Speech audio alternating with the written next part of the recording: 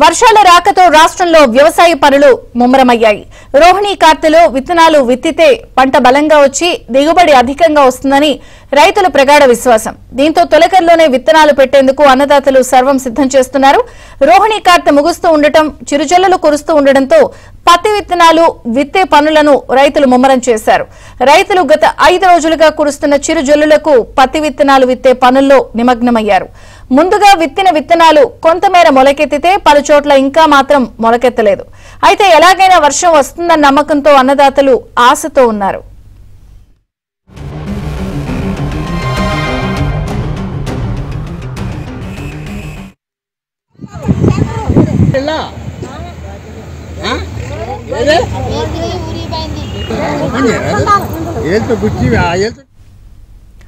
ఖమ్మం జిల్లా పాలేరు, మదిర నియోజకవర్గంలోని పలు గ్రామాల్లో ముందుగానే రైతులు దుక్కులు దున్నుకుని పత్తి విత్తనాలు విత్తుతున్నారు.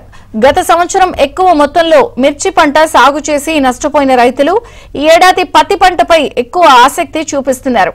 ఈ ఏడాది పాలేరు నియోజకవర్గంలో 42 నుంచి 45 వేల ఎకరాల్లో రైతులు పత్తి సాగు చేసే అవకాశాలు ఉన్నట్టు వ్యవసాయ శాఖ చెప్తోంది.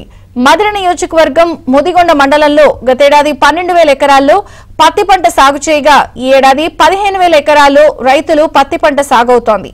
గత సంవత్సరం వర్షాలు కురవడంతో పత్తి రైతులు తీవ్రంగా నష్టపోయారు. అయితే ఈ ఏడాది వర్షాలు విస్తారంగా కురిసి వాతావరణం అనుకూలంగా ఉంటుందని ఆశతో ఈసారి రైతులు పత్తి సాగును పెంచారు.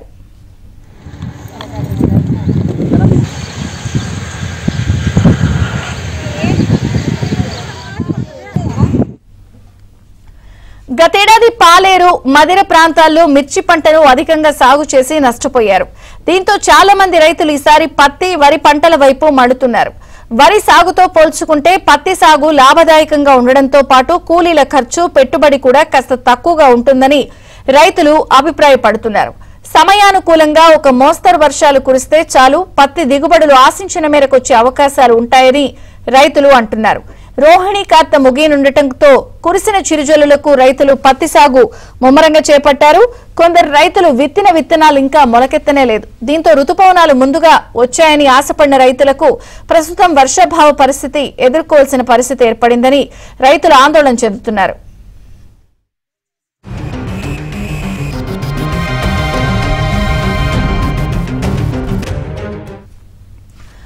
పంటలకు ప్రభుత్వం తప్పనిసరి బీమా కల్పించాలని, అప్పుడే అతివృష్టి, అనావృష్టి వల్ల పంటలు నష్టపోయిన రైతులు ఇబ్బందులు పడకుండా ఆదుకున్నట్టు ఉంటుందని అన్నదాతలు కోరుతున్నారు. అయితే విత్తనాల కొనుగోలుపై వ్యవసాయ అధికారులు రైతులకు పలు సూచనలు చేస్తున్నారు. రైతులు అధీకృత డీలర్ల వద్దనే పత్తి విత్తనాలను కొనుగోలు చేయాలని, పత్తి విత్తనాలు ఖాళీ ప్యాకెట్తో పాటు విత్తనాల కొనుగోలు రసీదులను పత్తి సీజన్ ముగిసే వరకు భద్రపరుచుకోవాలని సూచించారు. వ్యవసాయ శాఖ సూచనల మేరకు సస్యరక్షణ చర్యలు చేపట్టి అధిక దిగుబడులను సాధించాలి అంటున్నారు. తక్కువ ధరకు వస్తున్నాయని, గ్రామాల్లో విక్రయించే లూజ్ పత్తి విత్తనాలను విత్తకూడదని, నకిలీ పత్తి విత్తనాల పట్ల జాగ్రత్తగా ఉండాలని వ్యవసాయ అధికారులు కోరుతున్నారు. నకిలీ పత్తి విత్తనాల సమాచారం తెలిస్తే తమకు తెలియజేయాలని వ్యవసాయ అధికారులు కోరుతున్నారు. లేక రైతులు చాలా తీవ్ర నష్టపోయారు. విత్తనాలు పెట్టి దాదాపు ఒక్కొక్కళ్ళు 3 సార్లు 4 సార్లు పెట్టి విత్తన రకంగా కానివ్వండి, లేబర్ విషయంలో కానివ్వండి బాగా నష్టపోవడం జరిగింది. ప్రకృతి సహకరించలేదు.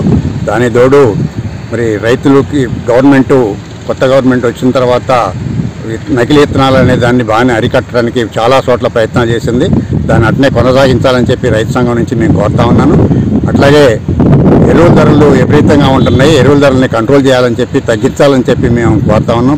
పెస్టిసైడ్స్ కానీ, పురుగు మందులు కానివ్వండి, ఎరువు మందు కట్టలు కానివ్వండి, రేటు తగ్గించాలని చెప్పి మేము కోరుతా ఉన్నాం. అట్లాగే ఈ సంవత్సరం తొలకరిలో ముందుగానే వర్షాలు రావడం జరిగింది, ఋతుపవనాలు.